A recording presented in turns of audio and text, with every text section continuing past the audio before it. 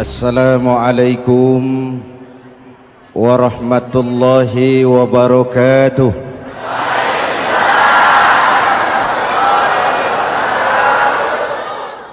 Alhamdulillah wassalatu wassalamu ala Rasulillah Sayyidina Muhammad ibn Abdullah wa ala alihi wa sahbihi wa mawala, amma ba'du. Saudara-saudara kaum muslimin di seluruh tanah air, hari-hari pada minggu akhir Ramadan kita bersama-sama menyaksikan sebuah fenomena tentang pindahnya kegiatan umat dari masjid ke pasar, dari masjid ke terminal, dari masjid ke stasiun, dari masjid ke bandara. Apa boleh buat, itulah wajah kita, bahwa lebaran artinya mudik, bahwa lebaran artinya baju baru dan makanan.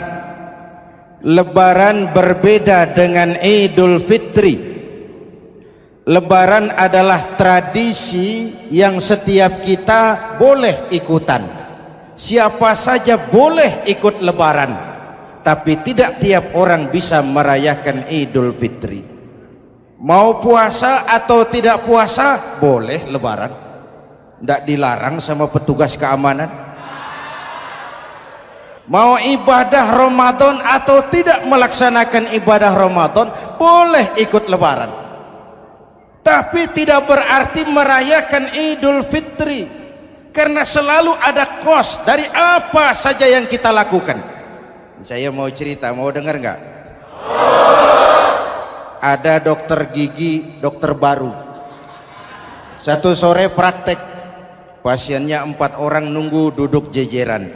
Dipanggil pasien pertama, diperiksa, berlubang giginya, dicabut tanpa dibius. Namanya dokter baru. Pasien ini teriak, aduh sakit dok, tidak kuat, sakit. Teriakannya keras sekali. Pasien yang 3 orang yang nunggu gemeter, lari semua.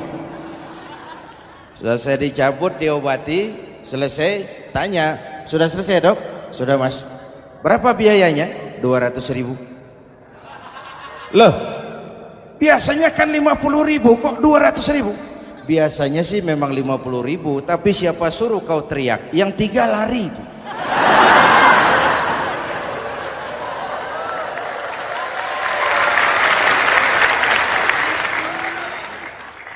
Cerita pendek ini ingin berpesan kepada kita, selalu ada ongkos yang harus kita bayar dari apa saja yang kita lakukan.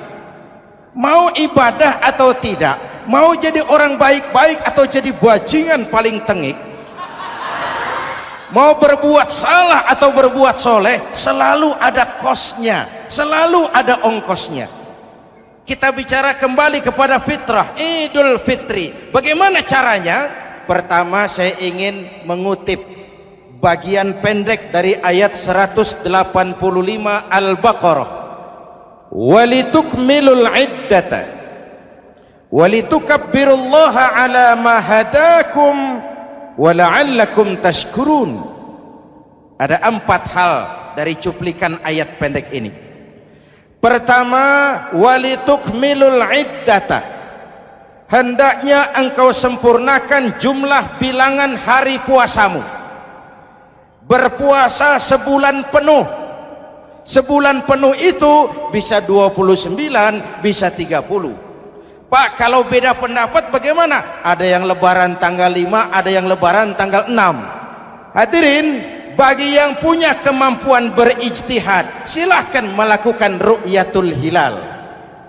Bagi yang tidak, lebih aman ikut pesan Nabi. Apa pesan Nabi? Fa iza ikhtalaftum fa alaikum bisawadil a'zam ma'al haqqi wa ahlihi.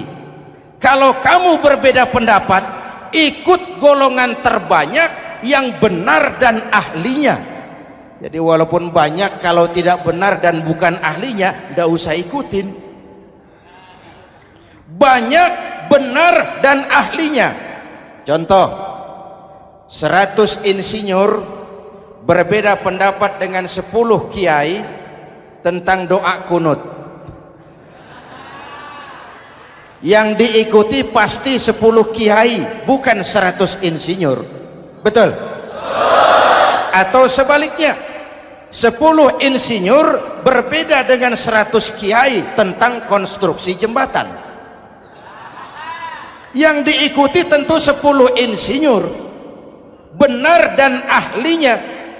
Maka yang paling aman, kita punya departemen agama.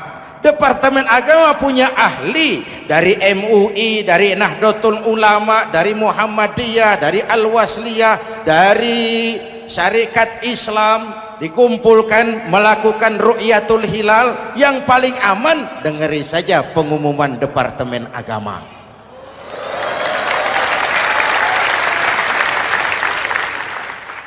Tapi tetap menghormati mereka yang meyakini 1 Syawal jatuh pada tanggal 5. Beda boleh, marah jangan. Jelas? Saudara boleh suka tempe, tapi jangan menghina orang yang tidak suka tempe. Saudara boleh senang tahu, tapi jangan ngenyek karo wong yang senang tahu. Hadirin yang saya hormati, walitukmilul iddata. Kalau mau kembali kepada fitrah, sempurnakan jumlah bilangan hari puasamu. Makna sempurnakan di sini 2, sempurnakan 1 bulan penuh dan sempurnakan semangat puasamu. Walaupun Ramadan berakhir, puasa jangan selesai. Kenapa? Tangan kita masih tetap terus puasa dari mengambil yang bukan milik kita. Lidah kita walaupun Ramadan sudah selesai tetap berpuasa dari memfitnah dan menggunjing orang lain. Kaki kita walaupun Ramadan sudah selesai tetap puasa dari berjalan ke tempat yang tidak baik. Perut kita tetap berpuasa dari kemasukan barang-barang yang haram. Sempurnakan semangat puasamu. Sikap disiplin, sikap jujur, merasakan kehadiran Allah dekat dalam hidup. Nih contoh ringan. Tadi waktu asar dan zuhur, saudara sholat apa tidak? Sholat. Waktu sebelum sholat kan berwudu. Ketika berwudu kan berkemur. Umpama waktu berkemur itu saudara korupsi, sedikit saja airnya saudara minum, saya yakin jangankan petugas keamanan, teman wudhu sebelah pun tidak akan tahu kalau waktu berkemur saudara korupsi. Kalau selesai Ramadan ini diterjemahkan, insya Allah negara kita bersih, berkurang korupsinya. Hadirin yang saya cintai, saya kembali kepada pesan Al-Baqarah 185 tadi. Walitukmilul iddata, sempurnakan jumlah bilangan hari puasamu. Puasa sebulan penuh dan kemudian lanjutkan semangat Ramadan. Disiplin, merasakan diri di bawah pengawasan Allah. Sekarang ini Allah ditekan. Kita iman dalam ucapan tapi sekuler dalam perbuatan. Tuhan cuma ada di masjid, di kantor Tuhan hilang, maka korupsi merajalela. Tuhan cuma ada di masjid, di pasar Tuhan hilang, maka timbangan tetap curang. Iman dalam ucapan tapi sekuler dalam perbuatan. Kalau jiwa dan semangat Ramadan kita bisa terapkan, insya Allah korupsi akan berkurang. Sekarang kan kita prihatin, yang tadinya teriak-teriak wong cilik malah ribut rumah mewah. Yang tadinya teriak-teriak rakyat kecil, sekarang malah ribut soal villa 5 miliar. Ini kan menyedihkan, memilukan dan memalukan. Tidak punya sense of crisis. Nah, saya juga nggak tahu apa itu. Udah dengerin aja, kenapa sih? Usil bener. Padahal ekonomi kita masih terpuruk, lapangan kerja sulit, jumlah pengangguran rata-rata 2 juta orang per tahun, lapangan kerja baru sulit terbuka karena investor jangankan yang dari luar mau masuk, yang di dalam siap-siap keluar. Terakhir kita dengar Sony, pabrik elektronik besar, mau cabut lagi, pindah invest ke Taiwan, menyusul pabrik silet yang di Ciputat itu. Ketika ditanya apa investasi di Cina lebih murah, tidak, dia bilang lebih mahal, cuma lebih pasti. Di Indonesia murah, cuma mejanya kebanyakan, biaya siluman, namanya siluman nggak karu-karuan, keluar uang banyak, urusan tidak pasti, capek. Disahkan undang-undang penyiaran yang justru ditolak oleh masyarakat penyiar sendiri. Industri penyiaran bakal kolaps karena sekarang ini boro-boro mereka industri televisi mau break even point, mau pulang modal, dengan ke depan bisa bangkrut. Akibatnya bisa kita pastikan, jumlah pengangguran makin bertambah. Hadirin yang saya hormati, kita memang setuju jangan terlalu mengadopsi siaran-siaran televisi dari luar, kita harus punya filter. Tapi pada sisi yang sama, kita juga harus memperhatikan lapangan kerja buat rakyat kita ini. Walitukmilul iddata, sempurnakan jumlah bilangan hari puasamu. Kalau jumlah hari puasa sudah sempurna, tuntunan yang kedua dari Al-Quran, walitukabbirullah, hendaknya engkau agungkan nama Tuhanmu, takbiran. Takbiran itu bisa sendiri, bisa berjamaah, bisa di rumah, bisa di masjid, bisa di surau, bisa dengan pawai keliling, asal dilaksanakan dengan tertib dan tidak mengganggu lalu lintas umum. Prakteknya yang terjadi, pawai keliling itu mengganggu ketertiban umum, perang petasan, mengganggu lalu lintas, terjadi macam ada yang takbiran bawa bendera partai. Innalillahi wa inna ilaihi rajiun. Ini takbir politik.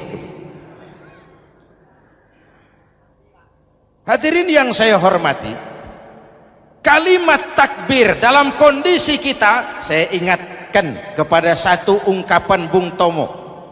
Bung Tomo, pelaku sejarah, tokoh 10 November yang dikenal sebagai Hari Pahlawan, dalam satu pidatonya saya ingat pernah berkata, andai kata tidak ada kalimat takbir, ini ungkapan Bung Tomo, andai kata tidak ada kalimat takbir, saya tidak tahu dengan apa saya harus menggerakkan putra-putra terbaik bangsa untuk bangkit berjuang melawan penjajah.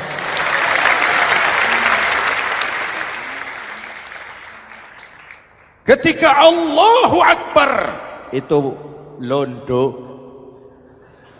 kelihatannya kecil, meriam nggak meleduk. Dahulu orang-orang tua kita cuma ada 2 kata, merdeka atau mati.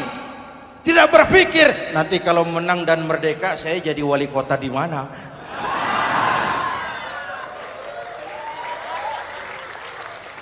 Kalimat takbir, bangsa ini harus bangkit dari keterpurukan. Bangsa ini harus bangkit mengejar ketinggalan-ketinggalannya. Bangsa ini tidak boleh terpuruk terus, dan semangat takbir harus menjiwai kita. Tidak ada capek dalam perjuangan, tidak ada puas dalam upaya. Keberhasilan cuma pengantar ke arah keberhasilan yang lebih baik lagi. Walitukabbirullah, hendaknya engkau agungkan nama Tuhanmu. Nama Allah menjadi motivasi besar dalam kehidupan kita. Ini pesan Quran Al-Baqarah 185. Pesan kedua, setelah sempurnakan jumlah bilangan hari puasamu, agungkan nama Tuhanmu, takbiran. Kalimat takbir sendiri kalau kita lihat pada kalimatnya ada kata la ilaha illallah wahdah sadaqa wa'dah wa nasara 'abdah wa a'azza jundah wa hazamal ahzaba wahdah. Tidak ada Tuhan selain Allah, esa, tidak beranak, tidak diperanakan, wahdah, tidak bisa diumpamakan dengan apapun. Sadaqa wa'dah, Allah yang maha menepati janjinya. Wa nasara 'abdah, Allah yang maha menolong hambanya. Kalau bukan kebesaran Allah, berat berjuang Ramadan ini melawan musuh yang tidak nyata. Puasa itu kalau olahraga golep. Benar Pak, kalau tinju lawannya kelihatan. Betul. Sepak bola musuh kelihatan, bulu tangkis kelihatan, golf siapa musuhnya? Itulah puasa, menghadapi musuh yang tidak kelihatan. Itu lebih berat daripada perjuangan mengangkat senjata, lebih berat daripada berjuang mengorbankan harta. Tapi kalau di bulan Ramadan saja Rasulullah menang dalam perang Badar, itu harus jadi sumber motivasi.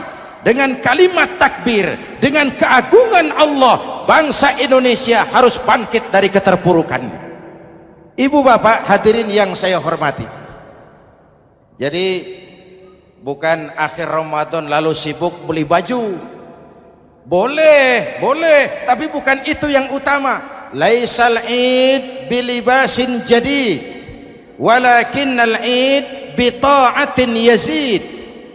Idul Fitri bukan pakaian baru.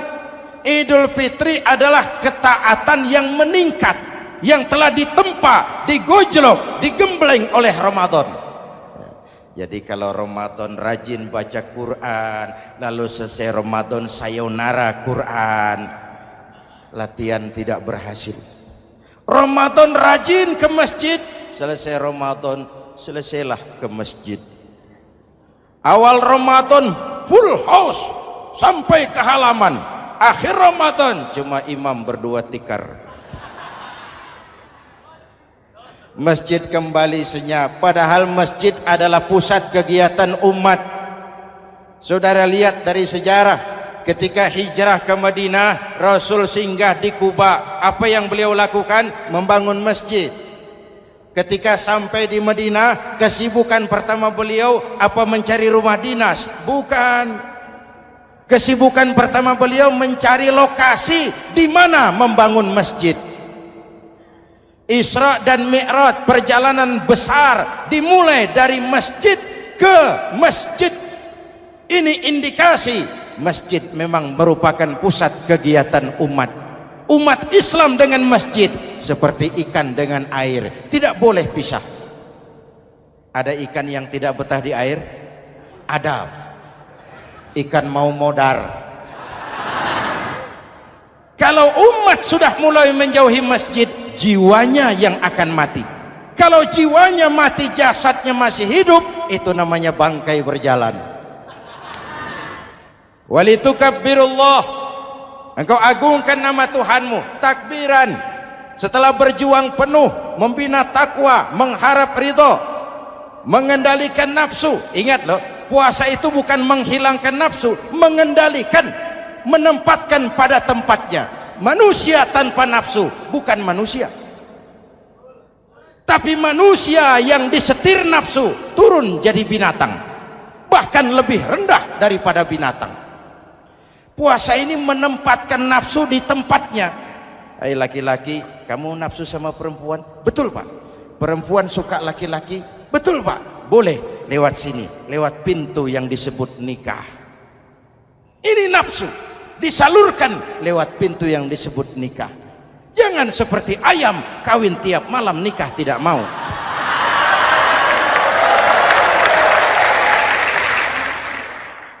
Hai manusia, nafsu kepada materi, kepengen kaya? Iya Pak, boleh.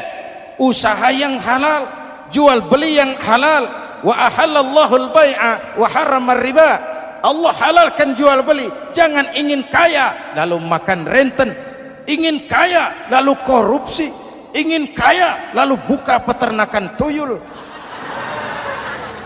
Manusia ingin berkuasa, boleh, tapi tetap punya etika dan moral. Jangan ingin berkuasa lalu fitnah, ingin berkuasa lalu mengadu domba orang, ingin berkuasa lalu menghalalkan segala cara. Puasa menempatkan nafsu pada tempatnya. Manusia yang dikendalikan nafsu lebih puas daripada binatang. Saya punya ungkapan lama, sebuas-buasnya kerbau makanannya tetap rumput. Saya belum pernah dengar ada kerbau terlalu buas lalu makan roti. Betul?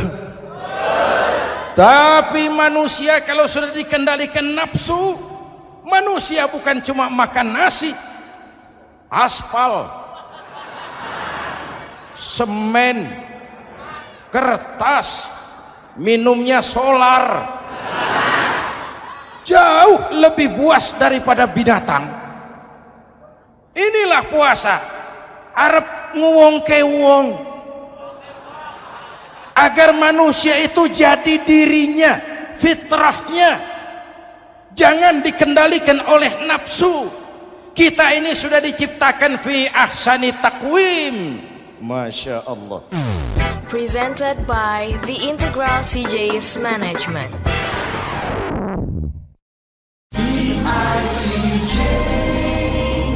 Hadirin, yang ketiga pesan Al-Baqarah 185 tadi. Setelah sempurna jumlah bilangan hari puasa, lalu mengumandangkan takbir, membayar zakat fitrah. Kenapa itu kita lakukan? Mengagungkan nama Allah, ala ma hadakum. Agungkan nama Allah yang telah memberikan hidayahnya kepadamu. Masya Allah nih, hidayah, kita bersyukur. Hidayah ini hak prerogatif Allah, diberikan kepada siapa saja yang dikehendaki oleh Allah. Kita bisa lihat dalam sejarah, ada anak Nabi tidak mendapat hidayah, tidak terpanggil mengikuti kebenaran yang disampaikan oleh bapaknya, namanya Kan'an, putra Nabi Nuh. Ada ayah Nabi bernama Azar, ayah Nabi Ibrahim, putranya penegak tauhid, ayahnya produsen berhala. Ada istri Nabi, istrinya Nabi Lut, tidak mendapat hidayah, tidak terpanggil mengikuti kebenaran. Lalu Abu Jahal, Abu Lahab, paman Nabi, melihat Nabi, menyaksikan mukjizat, mendengar wahyu, melihat tutur kata Nabi, hidayah tidak datang kepada dia, maka mereka tidak terpanggil mengikuti kebenaran. Kita alhamdulillah keponakan Nabi saja bukan, mendapat yang namanya hidayah ini. Ini harus kita pelihara, kita jaga baik-baik, karena ini merupakan hak prerogatif Allah. Yahdi man yasha, diberikan kepada siapa saja yang dikehendakinya. Hadirin, sembari kita mengambil pelajaran tentang Kan'an yang tidak dapat, putra Nabi Nuh. Ini saya ngambil bagian cerita sejarah. Masih mau dengar? Nabi Nuh diberi umur 950 tahun,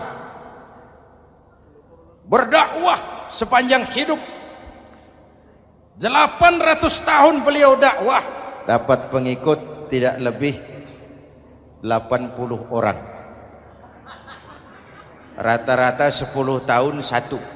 Yang dihadapi ini umat yang kurang ajar, bandel, bajingan, tengik. Kalau diceramahi, telinganya ditutup dengan tangannya. Ini saking kurang ajarnya ini umat. Diberikan dakwah, telinganya ditutup dengan tangan. Nabi Nuh ketika di puncak kesabarannya munajat, ya Rabb, bagaimana Nuh? Siang malam saya berdakwah kepada umat ini, saya sampaikan risalahmu, saya canangkan seruanmu, saya sampaikan ajaranmu. Inni da'autu qaumi lailan wa nahara, siang malam saya berdakwah kepada umat. Wa inni kullama da'autuhum ja'alu asabi'ahum fi adhanihim. Tiap kali saya sampaikan dakwah kepada mereka, mereka tutup telinganya dengan tangannya. Saya tidak sanggup menghadapi umat seperti ini, ya Allah. Habis mau kamu bagaimana, no? Sikat saja sudah semua ini. Bikin mati saja. Nanti kalau punya anak, anaknya kafir lagi. Lebih baik bapak moyangnya, mbah-mbahnya sikat semua. Rabbi la tazar 'alal ardi minal kafirina dayyara. Jangan disisakan orang kafir. Habisin semua. Itu mau kamu? Iya. Buat kapal Nuh, nanti aku turunkan banjir. Dengan apa saya membuat kapal, ya Rabb? Pakai kayu, Nuh. Kayunya dari mana, ya Rabb? Dari pohon tentu. Pohonnya belum ada, ya Rabb. Tanam dulu, Nuh. Membuat kapal, kayunya nanam pohon dulu. Apa artinya? Perjuangan bukan simsalabim abragadabra. Perjuangan bukan makan lombok, ini hari dimakan, ini hari pedas. Perjuangan itu proses. Ada keringat, ada air mata, ada darah, tempo-tempo nyawa. Itulah perjuangan. Sudah pohon ditebang, buatkan kapal di tengah kampung. Umat unjuk rasa lagi. Oi, Nuh makin gila. Bikin kapal di tengah kampung, mau belayar kemana? Selesai Nuh, selesai ya Rabb. Naik. Orang-orang yang beriman bersamamu, naik. Binatang serba sepasang, naik. Naik Nuh, naik. Orang beriman, naik. Binatang serba sepasang. Gerimis mulai turun. Setelah kapal semua terisi, Nabi Nuh kontrol. Sudah naik semua? Sudah. Nuh, Mas Bejo ada? Ada. Bawa painem, naik sudah, masuk. Oke. Hei, Kan'an anak saya ikut tidak naik kapal. Kami tidak lihat, Nuh. Turun ke bawah. Ada Kan'an, kami tidak lihat, Nuh. Naik ke atas buritan. Kelihatan Kan'an tidak ikut naik kapal. Kumpul bersama orang kafir di daratan. Inilah potret kehidupan. Kumpul dengan orang-orang kafir. Berapa banyak anak-anak kita tidak mau ikut orang tuanya ke masjid, kumpul dengan orang-orang kafir di tempat maksiat. Nuh karena sayang kepada anak, dari atas kapal memanggil, ya bunayyar kam ma'ana. Ya, ini bahasa orang manggil, Pak. Kan'an, kesini nak, naik kapal sama papi. Ini terjemahan bebas. Jawab Kan'an di bawah, tidak mau Pak, saya di sini saja. Jangan nak, Allah sedang murka, akan turun banjir. Kalau datang banjir Bapak, sa'awi ila jabalin ya'simuni minal ma'. Saya akan naik ke gunung tinggi yang bisa menyelamatkan saya dari banjir.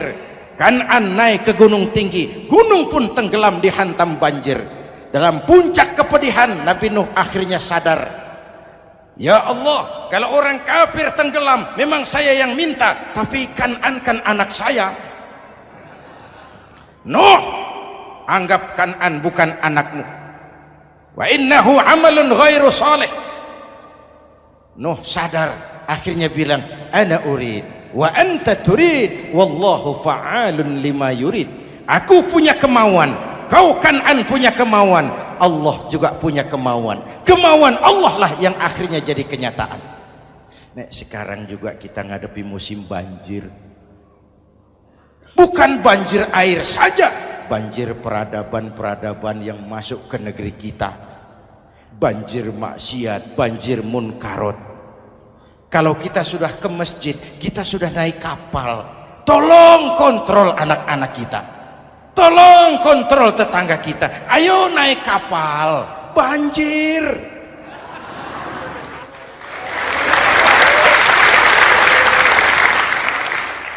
Ditutup ayat ini dengan wala'allakum tashkurun.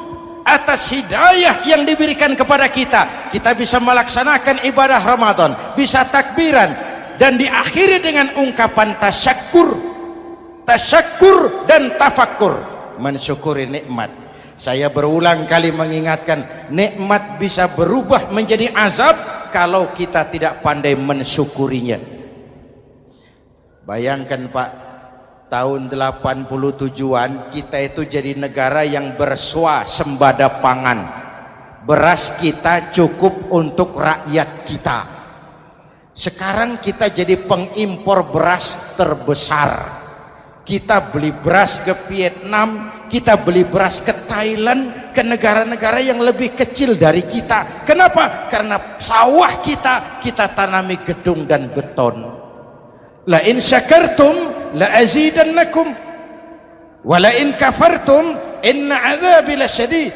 Kalau kamu bersyukur, aku tambah nikmat. Kalau kamu ingkar, tidak pandai bersyukur, awas, azabku pedih. Maka ungkapan saya, orang kaya bisa masuk surga karena hartanya. Orang kaya bisa masuk neraka juga karena hartanya. Syukur apa tidak syukur? Pejabat bisa masuk surga karena jabatannya. Pejabat banyak yang masuk neraka juga karena jabatannya. Syukur apa tidak syukur?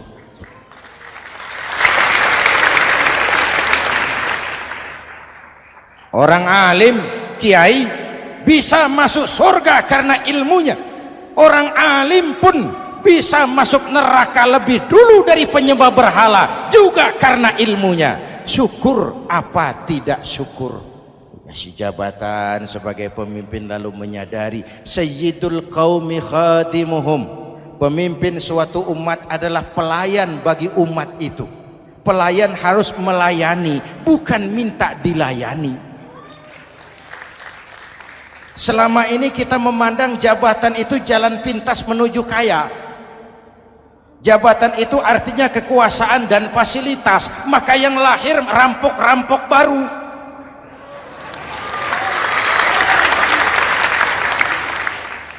Jabatan adalah alat untuk pengabdian di tengah rakyat yang sedang susah, di tengah negara yang sedang terpuruk. Kita memerlukan pemimpin-pemimpin yang sadar sayyidul qaumi khadimuhum. Pemimpin suatu kaum adalah pelayan bagi kaum itu sendiri.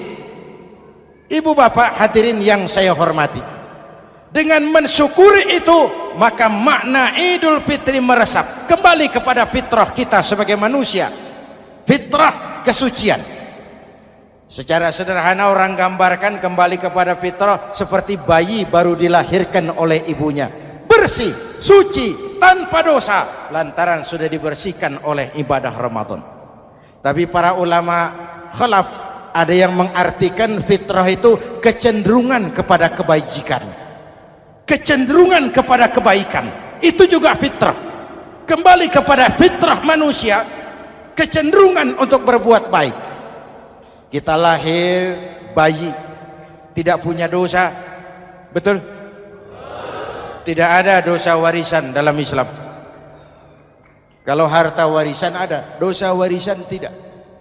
Karena itu dalam Islam juga tidak ada penebusan dosa. Kalau dosa bisa ditebus dengan uang, tentu Menteri Keuangan nomor 1 masuk surga.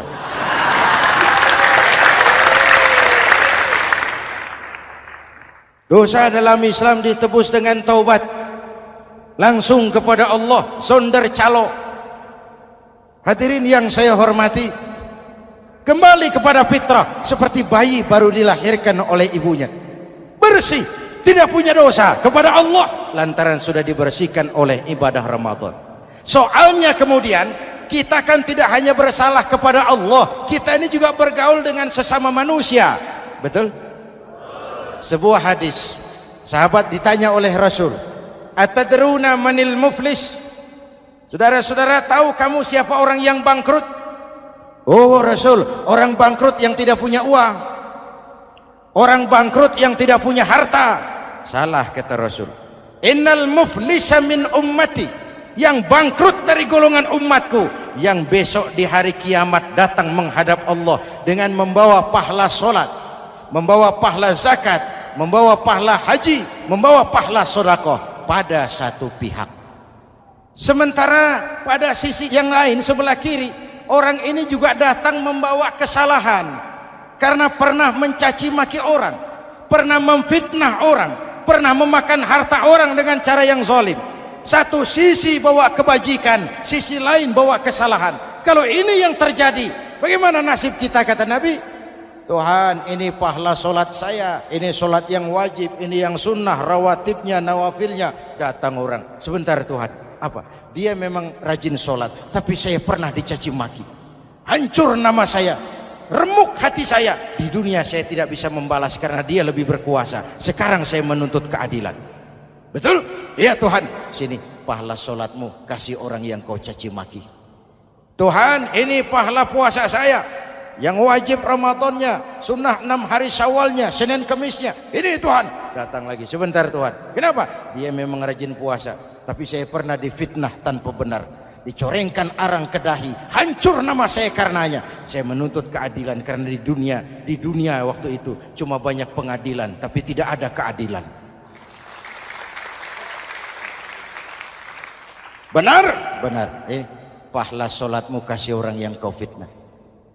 Tuhan, ini pahala zakat saya. Datang lagi, Tuhan, dia memang suka zakat, tapi korupsinya lebih besar dari zakatnya. Untuk keadilan, sini pahala zakatmu kasih. Kalau habis pahala kebaikan, orang yang menuntut masih banyak, diambillah dosa orang yang kita sakiti, diberikan kepada kita. Pahala dipreteli, dosa diberikan. Apa enggak bangkrut? Ibarat orang dagang, modal habis, tagihan hutang datang terus. Kenapa? Orang ini cuma baik hubungannya kepada Allah, tapi tidak baik hubungannya dengan sesama manusia. Karena itu, dalam konteks dengan fitrah, manusia makhluk yang fitrah. Apa fitrah itu? Pertama, manusia makhluk yang bertuhan. Itu fitrah. Mengingkari Tuhan, mengingkari fitrah. Yang kedua, manusia makhluk sosial, zon politikan. Itu fitrah. Kita tidak bisa hidup sendiri. Betapa dan siapapun kita memerlukan yang lain. Maka nuansa Ramadan intinya adalah silaturahmi. Nuansa Idul Fitri silaturahmi antar sesama kita. Ada baiknya saya ingatkan lagi sebuah hadis. Masih mau dengar? Selesai sholat Id, sahabat mendengar Rasul mengucapkan amin 3 kali. Amin, amin, amin.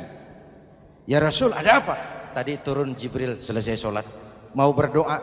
Muhammad, aku mau mohon kepada Allah, mau kau aminkan? Silahkan Jibril. Jibril doa, Rasul amin.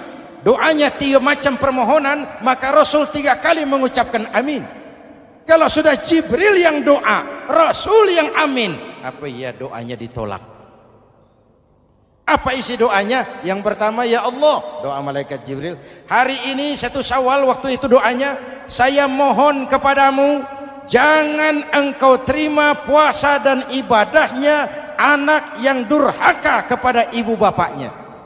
Rasul mengucapkan amin. Renungan buat kita. Itu sebabnya barangkali sesibuk-sibuk di Jakarta masih mau mudik nemui orang tua. Yang kedua, ya Rabb, saya mohon kepadamu, jangan engkau terima puasa dan ibadahnya istri yang durhaka kepada suaminya. Amin. Kedengaran Bu? Ada ibu-ibu tanya, Pak, kalau suami yang durhaka sama istrinya bagaimana? Hadisnya tidak menjelaskan itu, Bu.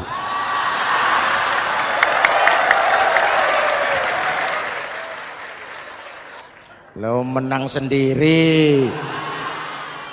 Yang jelas suami itu presiden rumah tangga, dimintakan tanggung jawab tentang istrinya. Nek istri swargo manut neraka kadut. Ketika pulang Isra Mi'raj saja Rasul bercerita, aku diperlihatkan neraka. Neraka ya Rasul? Iya. Lalu aku lihat isinya kok kebanyakan perempuan. Perempuan. Laki bagaimana? Laki juga tidak sedikit. Cuma kebanyakan perempuan. Ya Rasul, apa mereka tidak sholat? Sholat. Apa mereka tidak ngaji? Oh, rajin mereka sama suaminya.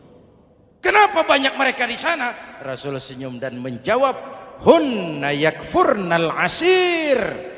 Umumnya perempuan kurang bisa terima kasih sama suaminya.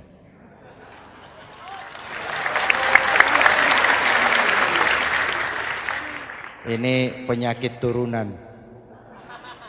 Oi, ngaku oi.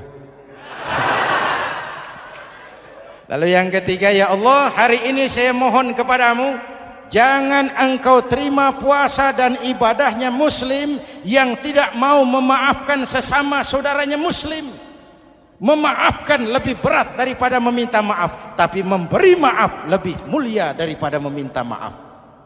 Inilah nuansa mengembalikan semangat saling menghargai, saling mencintai, keutuhan, kerukunan, dan kedamaian. Sudah capek kita rakyat dengan konflik. Sudah capek kita dengan mengedepankan perbedaan dan bukan persamaan. Sudah waktunya kita berbeda tapi tetap bergandengan, tetap bersama menyongsong hari esok yang lebih baik. Mintalah ridho ibu bapak, suami kepada istri, istri kepada suami, dan memaafkan sesama saudara muslim sehingga kita benar-benar kembali kepada fitrah. Terima kasih dan mohon maaf, semoga ada manfaatnya. Usikum wa nafsi bitaqwallah. Wassalamualaikum warahmatullahi wabarakatuh.